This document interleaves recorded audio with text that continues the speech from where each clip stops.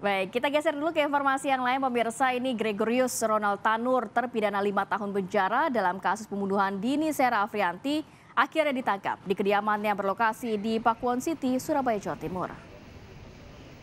Penangkapan dilakukan oleh tim tangkap buron Tabur Japitsus Kejati, Jawa Timur pada hari Minggu kemarin.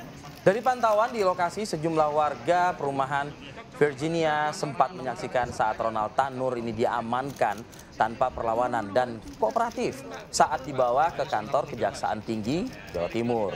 Usai menjalani proses administrasi dan pemeriksaan kesehatan, anak mantan anggota DPR RI ini akhirnya dibawa ke rumah tahanan Medaeng untuk menjalani hukumannya sesuai putusan Mahkamah Agung, yakni 5 tahun penjara.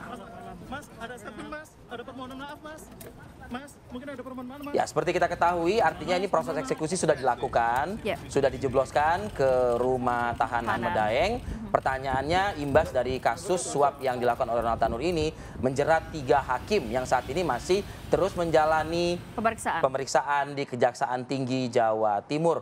Kita bergabung dengan kontributor kami, Samsul Huda dari Surabaya, Jawa Timur. Samsul Huda, bagaimana mungkin bisa Anda review kembali ya pada saat upaya eksekusi kemarin dilakukan terhadap Ronald Tanur dan kelanjutan terhadap 3 hakim ini?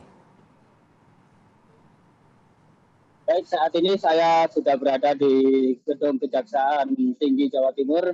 Benar bahwa pada minggu siang kemarin Kejaksaan Tinggi Jawa Timur telah melakukan eksekusi dari putusan Mahkamah Agung yang membatalkan putusan bebas dari Gregorius Ronald Tanur.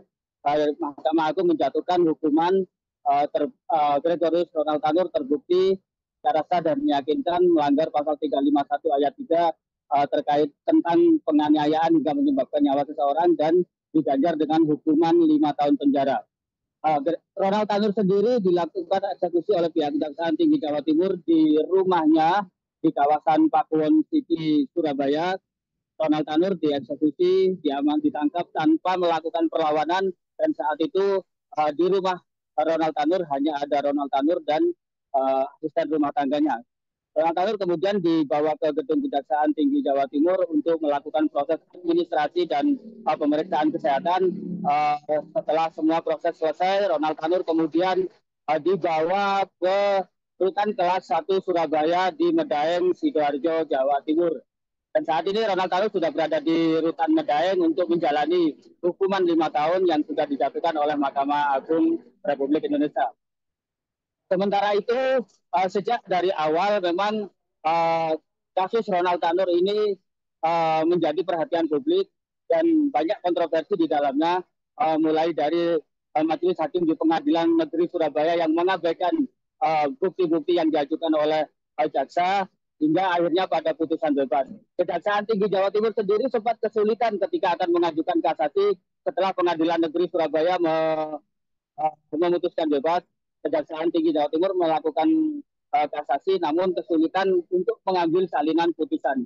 Sehingga pada setelah Mahkamah Agung memutuskan untuk membatalkan putusan bebas, Kejaksaan Tinggi Jawa Timur tanpa menunggu surat salinan langsung melakukan eksekusi terhadap Ronald Tanur.